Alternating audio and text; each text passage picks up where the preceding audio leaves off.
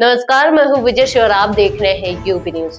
बेंगलुरु में इंजीनियर अतुल सुभाष की जान लेने के बाद सुप्रीम कोर्ट ने गुजारा भत्ता तय करने के लिए एक 8 सूत्री फॉर्मूला निर्धारित किया है। अतुल सुभाष ने जान लेने से पहले अपनी पत्नी निकिता सिंघानिया और उसके परिवार पर मानसिक और शारीरिक उत्पीड़न का आरोप लगाया था। उन्होंने एक वीडियो रिकॉर्ड किया और 24 पन्नों का सुसाइड नोट छोड़ा, जिसमें उन्होंने अपनी पत्नी, उसके परिवार और न्याय व्यवस्था पर कई गंभीर आरोप लगाए। सुप्रीम कोर्ट की पीठ, जिसमें न्यायमूर्ति विक्रमनाथ और न्यायमूर्ति पीवी वराले शामिल थे, ने तलाक और गुजारा भत्ता तय करने के लिए एक 8 सूत्रीय फॉर्मूला जारी किया। पहला, पति पत्नी की सामाजिक और आर्थिक स्थिति। दूसरा, भविष्य में पत्नी और बच्चों की बुनियादी जरूरतें। तीसरा, दोनों पक्षों की योग्यता और रोजगार। चौथा, आमदनी के साधन और संपत्ति। पांचवा, पत्नी का ससुराल में रहते हुए जीवन स्तर। छठवां, क्या उसके परिवार की देखभाल के लिए अपनी नौकरी छोड़ी है।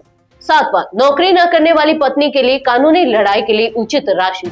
आठवां, पति की आर्थिक स्थिति, उसकी कमाई और गुजारा भत्ते के साथ अन्य जिम्मेदारियां। कोर्ट ने कहा कि इन कारकों का उद्देश्य गुजारा भत्ता तय करना है ताकि पत्नी को एक सभ्य जीवन स्तर मिल सके, न कि पति को दंडित किया जाए। सुप्रीम कोर्ट के न्यायमूर्ति बी.वी. नागरत्ना और न्यायमूर्ति एन. कोटेश्वर सिंह ने दहेज कानून के दुरुपयोग पर भी चिंता व्यक्त की। उन्होंने कहा कि कभी-कभी यह कानून पति और उसके परिवार के खिलाफ प्रतिरोध लेने के लिए इस्तेमाल किया जाता है। कोर्ट ने भारतीय दंड संहिता यानी कि आईपीसी की धारा 498A के दुरुपयोग की बढ़ती प्रवृत्ति पर पहले भी चिंता जताई है। अतुल सुभाष और निकिता सिंघानिया की शादी 2019 में हुई थी और 2020 में उनके घर एक बेटे का जन्म हुआ था। अतुल ने आरोप लगाया कि उनकी पत्नी और उसके परिवार ने उनसे पैसे की मांग की। जब उन्होंने पैसे देने से मना किया तो उनकी पत्नी 2021 में बेटे के साथ घर छोड़कर चली गई। इसके बाद उनके ससुराल वालों ने 1 करोड़ रुपए की मांग की, जो बाद में बढ़ाकर 3 करोड़ रुपए कर दी गई।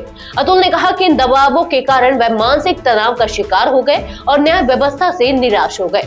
अतुल सुभाष की जान लेने की खबर ने पूरे देश में हलचल मचा दी है। उनकी जान लेने से पहले 80 मिनट का वीडियो उन्होंने रिकॉर्ड किया, जिसमें उन्होंने अपनी पत्नी और उसके परिवार के खिलाफ आरोप लगाए। इसके अलावा उन्होंने अपने 24 पन्नों के सुसाइड नोट में न्याय व्यवस्था पर भी सवाल उठाए। सुप्रीम कोर्ट ने पहले एक मामले में कहा था कि अगर पति के पास पर्याप्त पैसे नहीं है तो भी पत्नी और बच्चों को गुजारा भत्ता दिया जाएगा। यदि पति भरण पोषण की राशि नहीं देता है तो फैमिली कोर्ट उसके खिलाफ दंडात्मक कार्रवाई कर सकती है और जरूरत पड़ने पर उसकी संपत्ति की नीलामी भी की जा सकती है। अतुल सुभाष के मामले में पुलिस ने उनकी पत्नी और उसके परिवार के खिलाफ खुदकुशी के लिए उकसाने का मामला दर्ज किया है। अतुल ने अपने सुसाइड नोट में आरोप लगाया कि शादी के बाद से ही उन्हें मानसिक उत्पीड़न का सामना करना पड़ा। तो यह थी हमारी आज की एक खास रिपोर्ट। आपको ये कैसी लगी, अपने विचार हमसे साझा करें। इस वीडियो को लाइक और शेयर करें, साथ ही चैनल को सब्सक्राइब करें। यूबी न्यूज आपके लिए लाता रहेगा देश विदेश से जुड़ी ऐसी ही तमाम खबरें। तब तक के लिए धन्यवाद।